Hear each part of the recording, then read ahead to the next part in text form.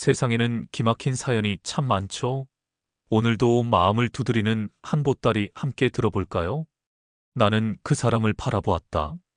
깔끔하게 빗어넘긴 머리, 단정하게 입은 고급 양복, 그 똑같던 사람이 이제는 내 앞에서 눈물로 얼룩진 얼굴을 하고 있다. 그의 손은 떨리고 있었다. 그동안 내가 얼마나 그 사람을 미워했는지 모른다. 그가 내 엄마를 치료하지 않았던 날을 떠올리면 그는 내 기억 속에서 여전히 그날의 병원장이었다. 나를, 엄마를 무시했던 그 사람. 그는 내 눈을 피하며 말했다. 살려달라는 그 말은 진심으로 들리지 않았다. 오히려 그의 눈빛 속에서 내가 읽은 건 두려움과 자존심이었다.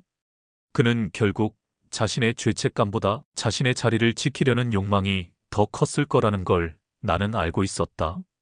나는 그를 바라보며 조용히 말했다. 기억하시겠어요? 7년 전 우리 엄마가 쓰러졌던 그날, 그때 인턴 의사 선생님이 도와주겠다고 했던 그날. 그 사람의 눈동자가 흔들리기 시작했다. 하나둘, 그의 기억 속에서 그날의 일이 떠오른 것이다. 그리고 그가 떠올린 그날의 기억이 그를 결국 무너뜨렸다. 왜 그가 나를 기억해야 했을까? 그날, 그는 분명히 그만의 의료 원칙을 고수하며 차갑게 엄마를 외면했다. 그런데 그 사람은 그게 얼마나 큰 실수였는지, 그때 엄마와 내가 겪었던 고통을 정말 이해할 수 있을까? 그저 책상 위에 놓인 원칙을 고수하기 위해 사람을 무시했던 그 기억만이 그 사람을 지배했을 뿐이다. 엄마는 내게 늘 한 번도 쉬지 않고 일만 하던 사람이었다. 공장에서, 세탁소에서, 식당에서, 어디에서든 고단하게 일하며 나를 키우셨다. 어렸을 때 나는 언제나 엄마의 그 바쁜 모습을 보며 자랐다. 엄마는 내가 아파도 피곤해도 언제나 일을 멈추지 않았다. 엄마에게는 쉬는 시간이라는 게 없었다. 심지어 내가 태어날 때도 엄마는 일 마치고 병원으로 달려오셨다. 그렇게 어려운 상황 속에서도 엄마는 언제나 나를 챙기며 살아가셨다. 하지만 그 모든 게 쉽지 않았다. 아빠는 내가 어릴 적에 사고로 세상을 떠나셨다. 그때부터 엄마는 나 하나만 의지하며 살아야 했다. 엄마는 내가 기억하기에 항상 혼자였다. 아빠는 없었고 엄마는 나와 두 사람이서 살았다. 엄마는 세상 모든 짐을 혼자 짊어지고 있었고 그 짐이 얼마나 무거웠는지 내가 알 수 없었다. 엄마는 늘 괜찮다고 말했지만 그 말 속에 담긴 고통을 나는 미처 알지 못했다. 엄마는 나를 키우기 위해 어떤 일이라도 마다하지 않았다. 세탁소에서 일할 땐 하루 종일 내내 옷을 손질하며 거기서 나오는 찬바람 속에서 춥다고 말하지도 않았다.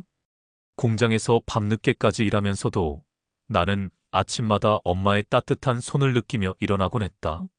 그럼에도 불구하고 엄마는 나에게 행복한 기억을 주려고 했고 늘 웃으려고 애썼다. 어떤 날은 너무 피곤해 보였지만 그럼에도 불구하고 엄마는 내게 사랑을 쏟았다.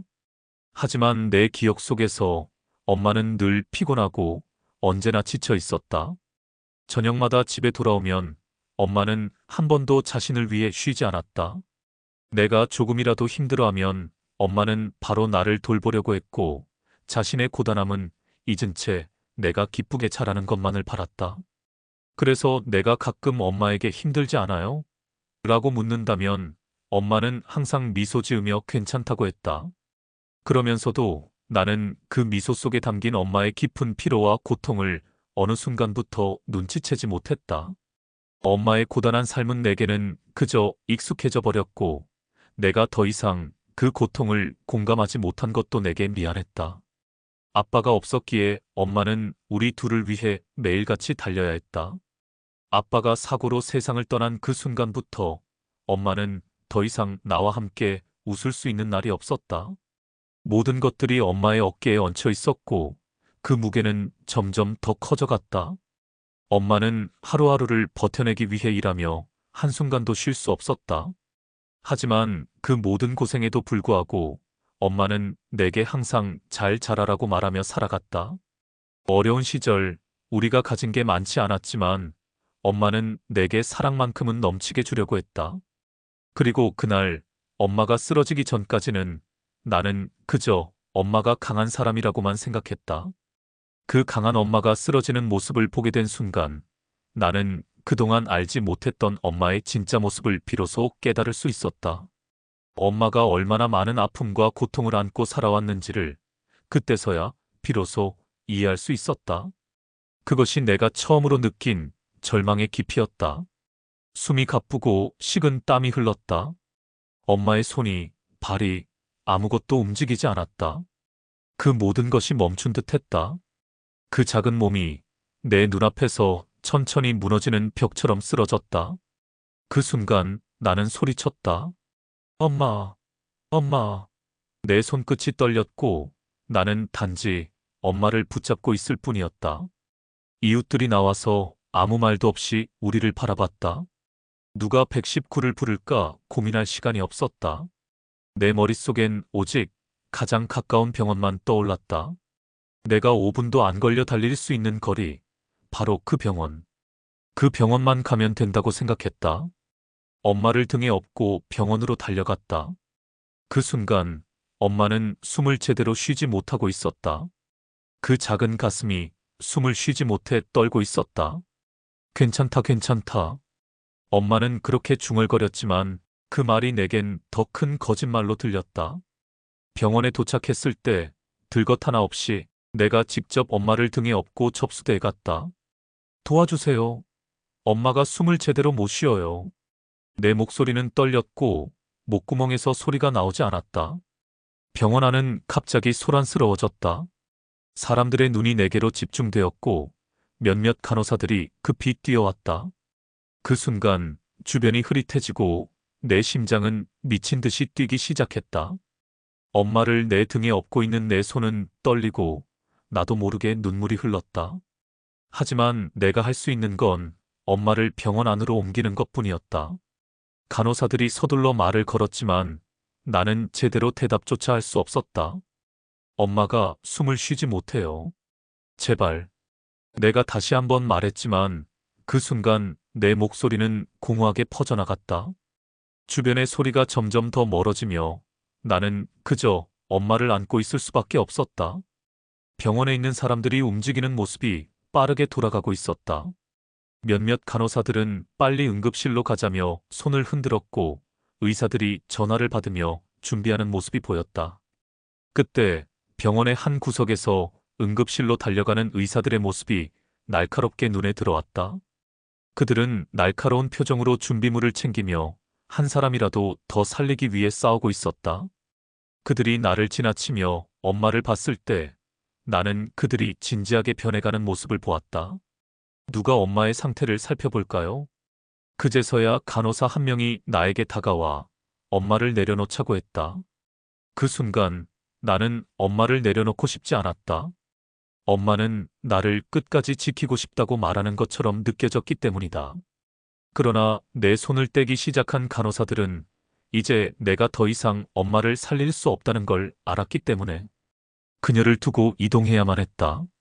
주변은 마치 시간이 멈춘 것처럼 일순간 모든 것이 느리게 돌아갔다.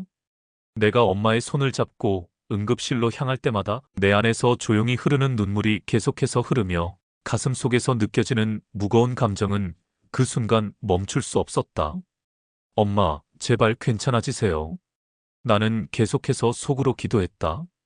하지만 아무리 기도해도 그때 느꼈던 절망과 두려움은 내 마음속에 깊게 박혀 있었다. 그날 그 병원에서 느꼈던 혼란과 절망은 나에게 모든 것이 변할 수 있다는 사실을 깨닫게 했다. 그냥 어두운 병원 복도 안에서 엄마의 손을 잡고 그 무겁고 어두운 현실을 받아들이기까지는 너무 긴 시간이 걸렸다. 간호사는 기계적으로 물어봤다. 보호자세요? 신분증 있으세요? 그 순간 내 가슴은 무너져 내렸다. 지갑에서 꺼낸 것은 2,000원짜리 한 장뿐. 내 통장은 잔고가 없었고 카드를 만들 수 없는 상태였다. 그저 막리를 하며 살아가는 내가 가진 것은 아무것도 없었다. 보증인도 없었고 연락처조차 명확하지 않았다. 나는 단지 엄마를 살리기 위해 필사적으로 몸을 던졌다. 제발 사람 살리는 곳 아니에요? 다 갚을게요. 엄마만 살려주세요. 내가 할 수 있었던 것은 그저 무릎을 꿇는 것뿐이었다. 그때 정적이 흘렀다. 그가 천천히 다가왔고 내 눈앞에 섰다. 의사 가운을 입고 고급스러운 수트 재킷을 걸친 그 남자. 손목 시계가 반짝이며 빛을 반사했다. 그는 나를 내려다보며 낮고 차가운 목소리로 말했다. 가족이라고 다 받아주는 건 아닙니다. 그 말은 내 가슴을 갈라놓은 칼날처럼 느껴졌다. 네. 나는 그가 한 말의 의미를 이해하려 애썼지만 그 순간 내 세상이 멈춘 듯 했다. 환자 상태는 안 좋아 보이네요. 하지만 응급은 응급대로 절차가 있습니다. 보증도 없고 신원도 불분명한 보호자면 우리는 책임 못 집니다. 그 말은 내 마음속에서 수없이 반복되었다. 주변 간호사들은 그저 침묵을 지켰다. 어떤 사람은 입술을 깨물었고 어떤 사람은 눈길을 피해 휴대폰을 만지기 시작했다. 나는 간절하게 말했다. 제발 신원 확인 필요하면 신분증 보여드릴게요. 보호자는 저고 가족입니다. 돈은 내일부터라도 벌어서 갚겠습니다. 정말 제발 엄마만 살려주세요. 내 목소리는 떨리고 손끝은 땀에 젖어 있었다. 한숨도 쉬지 못하고 그저 부들부들 떨리는 몸으로 그의 시선에 의지하며 말했다. 제발 엄마가 제발 살려주세요. 내가 얼마나 간절하게 빌고 있는지 그의 눈에서 조금이라도 흔들리는 감정을 느끼고 싶었다. 그러나 그는 여전히 고개를 저었다. 고개를 살짝 돌리며 차갑고 단호한 말을 내뱉었다. 죄송하지만 원칙입니다. 그 말이 내 가슴을 꿰뚫고 지나갔다. 원칙이라는 말이 내 뼛속까지 스며들어 모든 것이 무너지는 느낌이었다. 하지만 그럼에도 나는 다시 한번 모든 것을 걸고 간청했다. 제발, 제발, 사람 살리는 곳이라면 제발 한 번만. 엄마를 살려주세요. 아무리 늦었더라도 다 갚을게요. 오늘이든 내일이든 제발. 내 눈에서 눈물이 흐르기 시작했다. 그의 차가운 시선 앞에서 하염없이 울며 빌고 있었다. 새로운 병원으로 옮긴 후 엄마는 다행히 빠르게 회복의 길을 걸을 수 있었다. 그리고 그 병원의 병원장님은 그야말로 달랐다. 엄마가 처음으로 병원에 들어갔을 때 그분은 바로 저를 찾아오셨다. 어머니, 상태가 좋지 않네요. 하지만 걱정하지 마세요. 최선을 다하겠습니다. 그분은 진심이 담긴 목소리로 말씀하셨다. 처음엔 그분의 따뜻한 말이 믿기지 않았다. 그저 다 괜찮다는 말만 듣고 싶었던 내가 마침내 그 말이 진심으로 다가왔다. 병원장님은 진료도 꼼꼼히 하셨고 엄마의 회복 과정을 매일 챙겨주셨다. 엄마가 힘들어할 때마다 오늘은 조금 더 나아졌어요. 이젠 더 나은 내일이 올 거예요. 라고 웃어주시며 격려해 주셨다. 그 병원장님은 늘 말하셨다. 의사로서 가장 중요한 건 사람을 치료하는 것이 아니라 사람을 존중하는 것이다. 그 말이 내 마음속 깊이 새겨졌다. 사람을 존중하는 것. 그 병원장님은 단순히 전문적인 기술이나 지식으로 의사로서의 역할을 다한 것이 아니었다. 그는 그 사람의 이야기를 귀 기울여 들으셨다. 돈과 명예가 아닌 인간으로서의 기본적인 존엄을 먼저 생각하는 사람이었던 것이다. 나는 그 병원장님의 태도와 삶의 철학에 감동을 받았다. 그분은 항상 이렇게 말씀하셨다. 병원은 돈을 벌기 위한 곳이 아니라 환자들의 마지막 희망이 되어주는 곳이어야 한다. 돈이 문제라면 우리는 진정한 의사가 아니다. 그분의 따뜻함과 존경심은 곧 내가 살아가야 할 방향이 되었다. 엄마가 서서히 회복하면서 내 마음속에서 갈망하던 무언가가 변했다. 나도 언젠가 이 병원장님처럼 사람을 존중하며 치료할 수 있는 의사가 되어야겠다. 이건 단순한 꿈이 아니라 나의 목표와 삶의 모토가 되었다. 그 병원장님은 내게 더 많은 것을 가르쳐 주셨다. 의학적 지식도 물론 중요하지만 진정한 치료는 그 사람의 마음을 치유하는 것이라는 가르침을 주셨다. 그분을 모티브 삼아 나는 의사가 되기로 결심했다. 병원을 운영하는 그분처럼 돈을 벌기 위해서가 아니라 환자 한 명, 한 명의 삶을 바꿀 수 있는 그런 의사가 되기로 했다. 엄마가 완전히 회복된 후 나는 병원에서 그 병원장님을 찾아뵈었다. 선생님, 감사합니다. 저도 언젠가는 선생님처럼 사람들을 위해서 일하고 싶습니다. 그분은 웃으며 네, 잘 될 겁니다. 중요한 건 마음이니까요. 라고 하셨다. 그 한마디가 내 삶을 다시 한 번 더 단단하게 만들었다. 그리고 나는 마음속으로 다짐했다. 이제 나는 내 인생의 길을 만들어 가야 한다. 사람을 존중하고 사람을 돕는 그런 길을. 이제 그 병원장님의 철학과 가르침은 내 삶의 모토가 되었다. 그분을 닮고 싶다는 꿈은 점점 더 구체화되었고 그 병원에서 일했던 선생님들의 모습도 내 마음속에 깊게 새겨졌다. 사람을 먼저 생각하라. 그게 진정한 의사다. 그 긴 시간 동안 나는 하루도 쉬지 않았다. 낮에는 공장에서 일했다. 정해진 시간에 출근해서 힘든 일을 하며 손끝이 아프고 몸이 지칠 때까지. 그리고 밤이 되면 내가 짬을 내서 공부를 시작했다. 그때마다 나는 다짐했다. 오늘도 조금 더, 조금 더. 내일은 오늘보다 나아질 거야. 의료 경영, 병원 재무, 법률과 보험. 그렇게 내가 공부한 분야는 무수히 많았다. 병원 운영, 경영 전략, 그리고 환자들이 겪는 법적 문제까지. 하루 종일 일하고 돌아오면 피곤해서 눈이 감기기도 했지만 책을 펼칠 때마다 내 안에서 타오르는 불꽃이 있었다. 이건 내가 해야 할 일이다. 틈만 나면 관련 논문을 읽었고 틈나지 않아도 억지로 시간을 만들었다. 심지어 버스 안에서 잠시 쉬는 시간에 휴대폰으로 관련 자료를 찾아보기도 했다. 점심시간엔 책을 펴고 회의 시간엔 필기구로 메모를 남기고 언제나 공부하는 시간을 만들기 위해 그 어떤 것도 포기하지 않았다. 그러다 보니 내 지식은 점차 넓어졌고 내가 배우고자 했던 것들이 하나하나 맞아 떨어지기 시작했다. 그렇게 나는 결국 병원 컨설팅 회사에 들어가게 되었다. 처음엔 그저 입사 시험을 준비하기 위해 힘들었던 날들이었지만 그곳에서 진짜 배운 것은 실무였다. 병원 인수합병 과정, 문제 병원의 회생. 나는 이 모든 것들을 현장에서 눈으로 직접 봤다.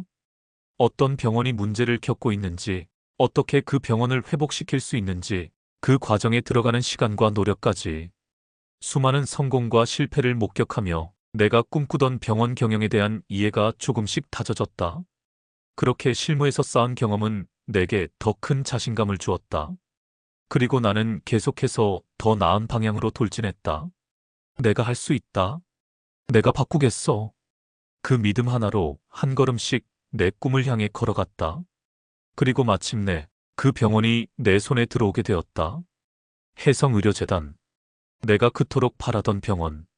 그 병원에서 시작된 내 이야기가 이제 내 손안에서 이어지게 된 것이다. 내가 살아온 5년은 단순히 시간이 흘러간 게 아니다. 그 시간 동안 나는 매일을 기회로 삼았다. 내일을 향한, 더 나은 나를 향한 열망으로 가득 채운 시간들이었다. 하루하루가 내가 살아있는 이유였다. 그 시간이 없었다면 지금의 나는 없었을 것이다. 그리고 그 5년은 내가 다시 시작할 수 있게 만든 불씨가 되었다. 그 병원은 이미 무너지고 있었다. 겉으로는 여전히 고요하고 멀쩡한 외관을 유지하고 있었지만 그 속은 텅 비어 있었다.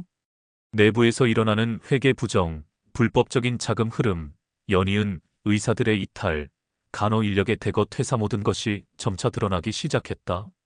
병원의 시스템은 점점 그 기능을 잃어가고 있었고 사람들은 그것을 더 이상 숨길 수 없었다.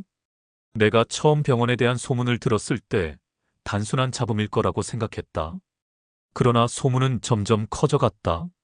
진료가 미흡하다, 의사들이 환자에게 무례하다, 환자들은 과도하게 청구된 의료비를 납부해야 한다는 불만들이 병원 커뮤니티 게시판에 올라왔다. 그러나 그들의 글은 곧바로 삭제되었다. 누군가, 즉 병원장이 이 모든 불만을 은폐하려 했다는 사실은 이미 명백했다.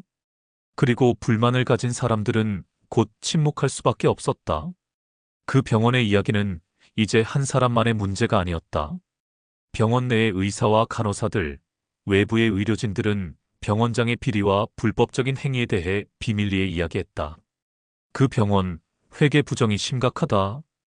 의사들에게 병원비를 더 청구하도록 강요하고 환자들에게 과도한 수술비를 청구하라고 한다. 그들은 점차 나에게 병원장에 대한 구체적인 정보를 제공해 주었다. 심지어 자산관리회사에서 병원의 부실한 경영과 회계 문제에 대해 파악하기 시작했다. 그 병원장의 이면을 파고들면 그가 얼마나 추락해 있었는지 알 수 있었다. 병원장이 부패한 시스템에 갇혀 있다는 것, 그가 더 이상 자신의 자존심을 지키려 하지 않고 있다는 사실은 나에게 완벽한 기회를 안겨주었다. 병원장은 이미 돈줄이 마르기 시작했으며 부채에 시달리고 있었다. 내부적으로는 모든 것이 붕괴 직전이었다. 그는 더 이상 자존심을 지키려 하지 않았다. 자기 이익만이 남아 있었다. 그래서 나는 자산관리 회사를 통해 병원 인수 제안을 했다. 내가 제시한 제안은 단순했다. 초기 운영권만 달라고 했을 뿐 나는 이 병원의 운영 시스템과 자원을 손에 넣는 것이 목표였다. 병원장이 내게 제안을 수락한 이유는 명백했다. 그는 병원을 팔아야만 했고 자신이 내게 팔면 모든 것이 끝날 것임을 알고 있었다. 그의 선택은 결국 병원을 완전히 팔고 나가는 것이었다. 병원은 이미 그의 오만과 잘못된 선택들로 망가져 있었다. 병원장의 과거와 영광은 이제 사라졌고 그가 남긴 것은 그저 파산의 그림자일 뿐이었다. 병원장에게 복수하는 것이 내가 이 병원을 차지하는 목적이 아니었다. 내 목적은 이 병원을 내 손에 넣고 그곳에서 내가 꿈꾸는 의료 서비스 혁신을 이루는 것이었다. 내가 원하는 것은 단순히 병원의 자원을 통제하는 것이 아니었다. 내가 원하는 것은 완전히 새로운 의료 환경을 구축하는 것이었다. 내가 이 병원에서 펼칠 새로운 비전은 기존의 잘못된 시스템을 모두 변화시키는 것이었다. 나는 병원장이 만든 병원의 부패 시스템을 고치고 환자들에게 진정으로 필요한 치료를 제공할 수 있는 환경을 만들겠다고 결심했다. 의료의 질을 높이고 모든 환자가 치료받을 권리가 있다는 것을 증명하는 것이 내 목표였다. 이 병원을 통해 내가 변화시킬 수 있는 시스템을 만들겠다고 다짐했다. 병원장은 결국 내게 병원 운영권을 넘겼다. 그가 내게 모든 권한을 맡긴 순간 그 병원의 진정한 주인은 내가 되었다. 병원장의 오만과 무능함, 그리고 부패한 경영 방식이 결국 그의 패배로 이어졌던 것이었다. 하지만 내가 그를 복수하려는 것이 아니라는 점, 그 병원을 어떻게 바꿔나갈지는 그가 알지 못했다. 내가 이 병원을 혁신적으로 변화시킬 것임을 그는 상상조차 할 수 없었다. 병원장이 내게 넘겨준 순간 그가 자신의 자리를 잃은 것이었다. 병원은 이제 내가 원하는 방식으로 운영될 것이다. 병원장의 잘못된 선택들이 점점 세상의 밑바닥으로 가라앉는 동안 나는 이곳에서 새로운 의료 비전을 펼칠 준비가 되어 있었다. 혁신적인 시스템과 차별화된 의료 서비스를 통해 환자들이 진정으로 존중받고 치료받을 수 있는 환경을 만들 것이다. 내가 만들 새로운 시스템은 병원장을 비롯한 부패한 인물들에게 절대 돌아가지 않을 것이다. 그날 나는 해성의료재단의 새로운 대표로서 계약서에 서명했다. 상기된 얼굴들 일어나서 내게 인사를 건네고 축하의 말을 아끼지 않았지만 그 순간 내 마음은 전혀 들뜨지 않았다. 그저 차갑고 무겁기만 했다.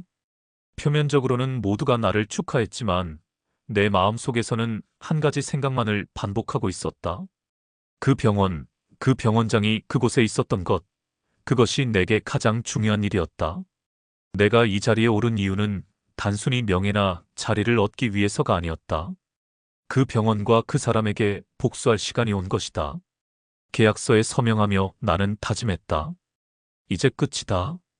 내게 복수는 단순한 감정적인 해소가 아니라 내가 진정으로 이 병원을 차지하고 바꿀 수 있는 기회였다. 내가 손에 쥔 권한과 자원을 어떻게 활용할지가 중요한 순간이었다. 그동안 겪어온 고통과 분노, 그리고 모든 불합리함을 이제는 내가 변화시킬 차례라는 확신이 내 안에서 자리를 잡았다. 병원장은 내게 하나의 희생양이었다. 그는 자신의 잘못을 스스로 감당하지 못하고 그 모든 비리와 부패를 숨기려고 했다. 하지만 그는 그 대가를 치를 것이었다. 이제 내 차례였다. 이 병원에서 내가 펼칠 혁신은 그가 만든 시스템을 단절하고 모든 환자가 진정으로 치료받을 수 있는 새로운 환경을 만드는 것이었다. 내가 이 자리에 서게 된 이유는 단 하나, 병원의 자원을 내 손에 넣고 이 시스템을 완전히 바꾸기 위해서였다. 이 병원에서 환자들에게 더 나은 서비스와 올바른 의료 환경을 제공할 것이다. 그가 이루지 못한 것들을 내가 해내겠다는 결심을 굳혔다. 복수는 그저 시작에 불과했다. 내가 이 병원을 손에 넣은 순간부터 모든 것은 내가 원하는 대로 돌아가게 될 것이다. 그리고 그날 계약서에 서명하며 다짐했다. 이제 그는 내게 절대 돌아올 수 없을 것이다. 이사회 미팅이 시작되고 내가 그 병원에 들어서자 모든 시선이 나에게 집중되었다. 그때 병원장은 내 모습을 보고도 잠시 어리둥절한 표정을 지었다. 그는 나를 알아보지 못했다. 그저 새로운 대표일 뿐이라고 여겼을 것이다. 내가 누구인지 모르고 나를 그냥 이사회 일원으로 대했다. 하지만 나는 그가 나를 알아보지 못한 것이 흥미로웠다. 그의 반응을 조금 더 기다리기로 했다. 그는 미팅을 시작하며 프레젠테이션을 이끌고 있었다. 그의 목소리는 평소처럼 차갑고 권위적이었다. 하지만 그 순간 나는 그에게 걸어갔다. 그리고 그가 내게 고개를 돌리자 나는 그에게 한마디를 던졌다. 혹시 그때 기억나세요? 병원장은 잠시 눈을 깜빡이며 나를 올려다보았다. 그의 표정은 조금 당황한 듯 보였지만 그는 여전히 나를 몰라보았다. 그의 입술이 열렸고 그가 말했다. 저기 새로 오신 대표님이시죠? 반갑습니다. 반갑습니다. 나는 미소를 지었다. 그 미소 속에는 차가운 계산이 담겨 있었다. 그리고 그에게 말을 이었다. 그때 인턴 민수와 마찰이 있었던 그 보호자 기억나세요? 병원장은 여전히 당황한 표정이었지만 그의 얼굴에 불안이 스며들기 시작했다. 민수랑 마찰? 그의 얼굴에 불확실한 표정이 떠올랐다. 그는 잠시 머리를 기울이며 생각해내려 애썼다. 그 순간 마치 시간이 멈춘 듯 보였다. 그는 분명히 그날의 사건을 잊었을지도 모른다. 그래서 나는 그에게 구체적으로 다시 말을 던졌다. 그때 제 엄마가 응급으로 왔을 때 보증금을 요구하셨죠.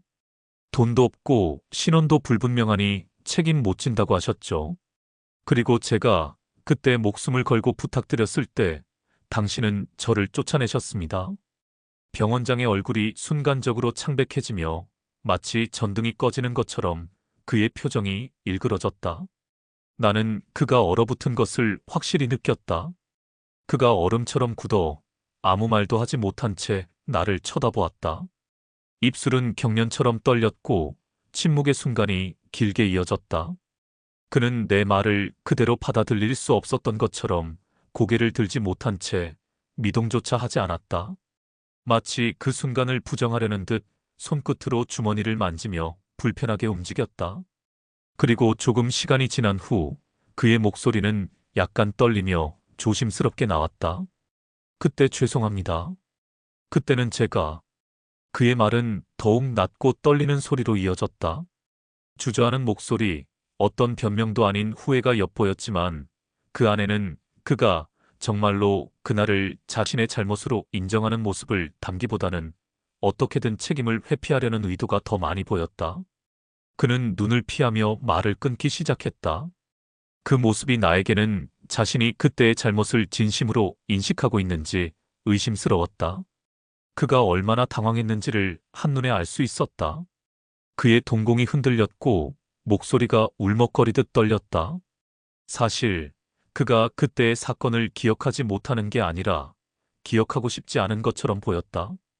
그 순간 나는 차가운 웃음을 지으며 그의 모습을 유심히 지켜보았다. 그때 당신은 저를 구박하고 내 가족을 무시하셨죠. 그리고 지금 당신이 여기 이 자리에서 저에게 그런 말들을 하고 있다는 게 우습지 않나요? 병원장은 얼굴이 새하얘졌다. 그가 나를 알아보지 못했던 이유는 그가 내가 누구인지 기억하지 못하기 때문이었다. 하지만 그날 내가 했던 그 절망적인 말들과 그가 내게 했던 냉정한 태도는 이제 그의 머릿속에서 살아 숨쉬고 있었다. 그는 말을 더 이상 잇지 못했다. 그의 목소리는 조용해지고 그는 나를 똑바로 바라보지도 못했다. 내가 그를 내려다보며 말했다. 이제 다 기억나시죠? 그때 당신이 버렸던 사람이 지금 당신을 이끌고 있는 사람이라는 것. 그의 얼굴은 이제 굳어졌다. 얼마나 더 자랑스러운 줄 아시나요? 나는 그에게 마지막 한마디를 던졌다. 지금 그날을 떠올리시면서 내가 얼마나 잘 살아왔는지 느끼세요? 그의 몸은 다시 떨리기 시작했다. 그는 다시는 내게 말을 걸 수 없었다. 며칠 뒤, 그는 내게 조용히 찾아왔다. 아마도 그날 이후 자신에게 남은 유일한 기회가 이제 내가 제공할 유일한 구조일 거라 생각했을 것이다. 그는 경영자문이라는 명목으로 자리를 유지하고 있었지만 실상은 그저 남아있는 시간을 채우고 있었을 뿐이었다. 그의 존재 이유는 이미 병원의 내부에서 소용없어져 갔다. 그가 내 앞에 앉자 나는 그의 앞에 문서 하나를 차갑게 놓았다. 사직서. 그리고 그 문서 속 내용은 자진 사직으로 처리된 것처럼 보였지만 실상은 내보냄이었다. 나는 그에게 아무런 감정도 담지 않고 말했다. 이제 그만 두셔야 할 때입니다. 그의 눈이 살짝 흔들리며 무슨 말이든 할 준비를 하고 있었을 것이다. 그는 책상 위에 손을 올리며 눈을 잠시 감았다. 살려주세요. 병원 일 그만두면 이제 갈 데가 없습니다. 그의 목소리에는 절박함이 담겨 있었다. 그동안 자신의 명예를 지켜왔다고 생각했겠지만 지금 그가 보여주는 모습은 하나의 인간으로서 더 이상 병원장이 아닌 단순한 남자에 불과했다.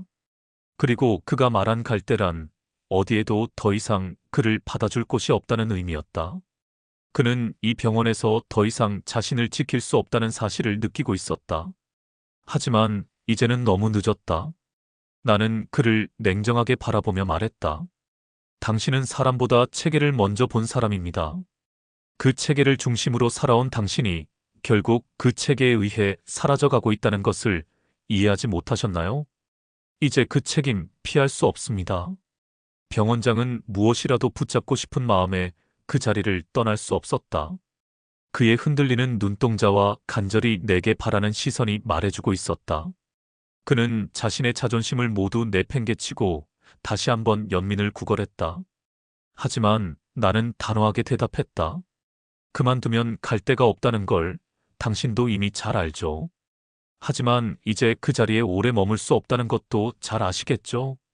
당신은 한 번도 사람을 살리기 위해 일한 적이 없어요. 그저 체계를 지키고 돈을 만드는 일만 했을 뿐이죠. 그 순간 병원장은 더 이상 자신을 지키는 방법을 알 수 없었다. 그의 얼굴이 굳어졌다. 그리고 그는 갑자기 책상 앞에 무릎을 꿇었다. 제발 제발 이건 제가 그만두게 하려는 거잖아요. 제가 그만두면 이 병원은 나가야 할 처지가 되고 저는 길을 잃을 수밖에 없어요.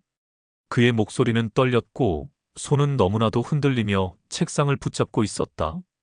그가 무릎을 꿇은 순간 병원장으로서의 자존심은 이미 사라지고 없었다. 남아있는 건 그저 하나의 인간으로서의 절박함 뿐이었다. 자신이 만든 폐허 앞에서 사라져가는 자신의 모습을 온전히 느끼고 있었다. 하지만 그가 여전히 나에게 간절히 말했다. 저는 제 자식들, 그래도 공부 더 시켜야 하는데요. 이대로 끝이라면 그 애들에게 정말 미안합니다. 제가 그 애들을 위해서라도 더 버텨야 하는데 제 발목을 잡는 게 이 병원이라니. 그의 말에서 느껴지는 이기적인 절박함이 뚜렷했다. 자신이 지금까지 만든 폐허가 자식들의 미래를 위협하는 현실을 받아들이기 힘들었던 것이다. 하지만 그가 자신의 자식들을 입에 올린 순간 나는 더 이상 그의 말에 동정하지 않기로 결심했다. 그가 지금까지 지켜온 명예와 자존심은 그가 계속해서 사람들을 짓밟고 체계를 지켜온 결과물이었다. 그의 자식들을 말하며 다시 기회를 구걸하는 모습이 나에게는 그저 이기적인 발악으로 보였다. 나는 그를 차갑게 바라보며 말했다. 당신은 그저 사람을 살리는 사람이 아닌 체계 안에서 굴러가는 기계였다는 것을 잊지 마세요. 그 체계가 이제 당신을 버리고 당신은 더 이상 그 자리를 지킬 수 없다는 걸 알아야 합니다. 그는 더 이상 말을 할 수 없었다. 그의 눈에서 흘러내린 눈물은 그가 더 이상 자신의 체계 속에서 살아남을 수 없음을 완전히 깨달은 순간이었다. 그의 부서진 자존심, 불안한 마음, 두려운 손끝이 다 그걸 증명하고 있었다. 이제 그는 그 자리를 떠날 수밖에 없었다. 병원장으로서의 마지막 순간은 그에게 자기 인생의 끝을 이겨내기 위한 마지막 발악일 뿐이었다. 하지만 나는 그에게 아무런 연민도 느끼지 않았다. 그가 이 병원에서 한 악행들, 부정한 일들을 잊지 않겠다고 마음속으로 다짐했다. 그의 마지막 무릎은 결국 자신이 만든 시스템에 의해 무너지는 순간이었다. 엄마와 함께 병원 복도를 걷고 있었다. 예전 같으면 여기는 차가운 냉기만 감도는 곳이었다. 병원에 들어서면 직원들의 얼굴에는 무표정만이 떠 있었고 환자들은 늘 대기실에서 차가운 시선을 받으며 기다려야 했다. 하지만 지금은 달랐다. 복도를 지나면서 만나는 사람들이 모두 나에게 웃으며 인사를 건넸다. 대표님, 안녕하세요. 오늘도 좋은 하루 되세요. 대표님, 수고 많으세요. 모두 정중하게, 그리고 따뜻한 미소로 인사했다. 그때 엄마가 조용히 내게 말을 건넸다. 이 병원 예전이랑 완전 달라졌네. 엄마의 목소리에는 감탄과 함께 그동안의 고단함이 녹아 있었다. 예전 병원에서 있었던 일들이 떠올랐던 것일까? 그때의 병원은 사람들로 가득했지만 마치 그들의 얼굴이 모두 무겁고 차갑게만 보였던 기억이 있었다. 환자들이 아무리 애원해도 의사들은 그저 차가운 말투로 요구사항만을 내밀었고 간호사들은 그저 기계처럼 일만 했다. 하지만 지금은 달랐다. 모든 사람들이 친절하게 웃고 진심으로 환자들을 대하고 있었다. 나는 엄마의 말을 듣고 조금 웃으며 대답했다. 앞으론 여기 오는 사람, 돈 없어도 사람 취급받을 수 있어요. 이제 이 병원은 내가 책임지니까. 내가 웃으면서 말했지만 그 말에는 확신이 담겨 있었다. 이 병원은 더 이상 과거의 시스템에 묶여 있는 곳이 아니었다. 환자들은 더 이상 경제적 여건에 따라 차별받지 않았다. 이곳은 누구나 평등하게 치료받을 수 있는 장소가 되었고, 그걸 만들기 위해 나는 많은 고통을 견뎌왔다. 그 고통이 있었기에 지금의 병원이 더욱 소중하게 느껴졌다.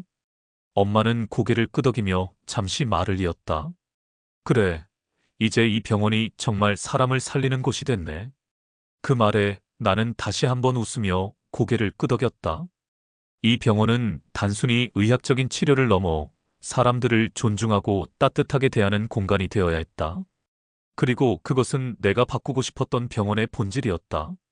이제 이곳에서 사람들은 치료만 받는 것이 아니라 그들의 인간적인 존엄성도 함께 보호받을 것이다.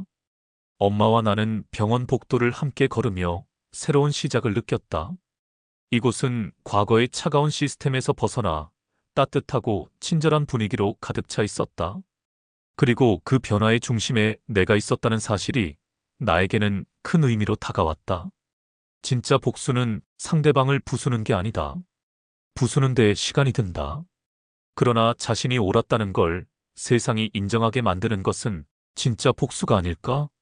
그때 그 병원장이 내게 던졌던 그 한마디, 돈 없으면 공짜 병원 가세요. 그 한마디가 내 삶을 송두리째 바꿨다. 그리고 나는 진짜 복수를 이루기 위한 길을 걸어가고 있다. 사람을 보는 병원, 사람을 위하는 의사. 그 시작은 한 병원장의 차가운 한마디였다. 그 사람은 그때 내가 지금까지 하는 일을 상상조차 못했을 것이다. 그럼에도 불구하고 그 한마디로 내 인생은 달라졌다. 이 복수를 세상이 보는 눈으로 그 사람의 행보가 결국 나와 다른 사람들을 바꿨다는 걸 보여주는 것으로 완성시키는 것. 그것이 내가 했던 진짜 복수였다. 그리고 지금 나는 그 길을 걷고 있다. 하지만 이 이야기를 끝내며 한 가지 더 말해야 할 게 있다. 그렇다고 모든 것이 복수에 끝나지 않았다는 사실.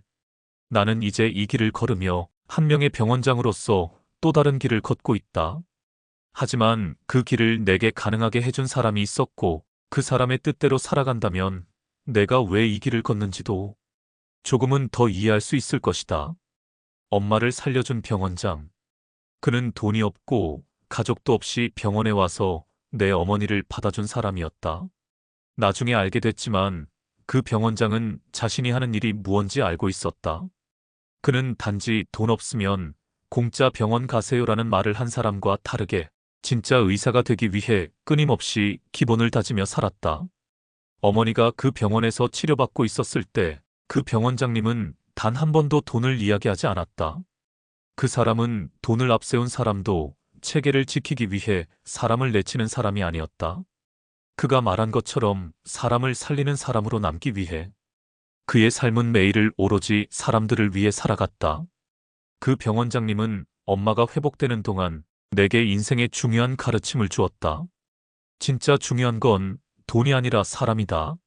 사람을 살릴 수 있다면 그건 돈을 떠나서도 진정으로 갇히는 것이다. 그 말이 내게 얼마나 큰 영향을 미쳤는지 말로 다 할 수 없다. 그 병원장님은 내게 책임감을 가르쳐 줬고 그의 방식대로 사람을 대하는 법을 알려줬다. 내가 이 병원을 운영하게 된 것도 결국 그가 사람을 먼저 보고 사람을 살리려는 의지를 보여주었기 때문이다. 그가 내게 남긴 가르침을 바탕으로 나는 항상 사람을 살리기 위한 병원, 사람을 위하는 의사가 되기로 결심했다. 그때부터 나는 매일같이 이 사람을 위해, 그리고 그가 남긴 의도를 잊지 않기 위해 병원 안에서 더 많은 변화를 만들고 있다. 병원장으로서 내가 할 일은 돈이 없어도 사람을 위해 일하는 것이다. 그것이 내가 다시 가게 된 길, 그리고 내가 마주한 복수가 아닌 진정한 미션이 되어가는 과정이다. 이제 나에게 병원은 더 이상 돈을 벌기 위한 수단이 아니다. 사람을 살리기 위한 무대이자 내가 누구인지, 어떤 사람이 되어야 할지 다시 한번 다짐하는 공간이 되어버렸다.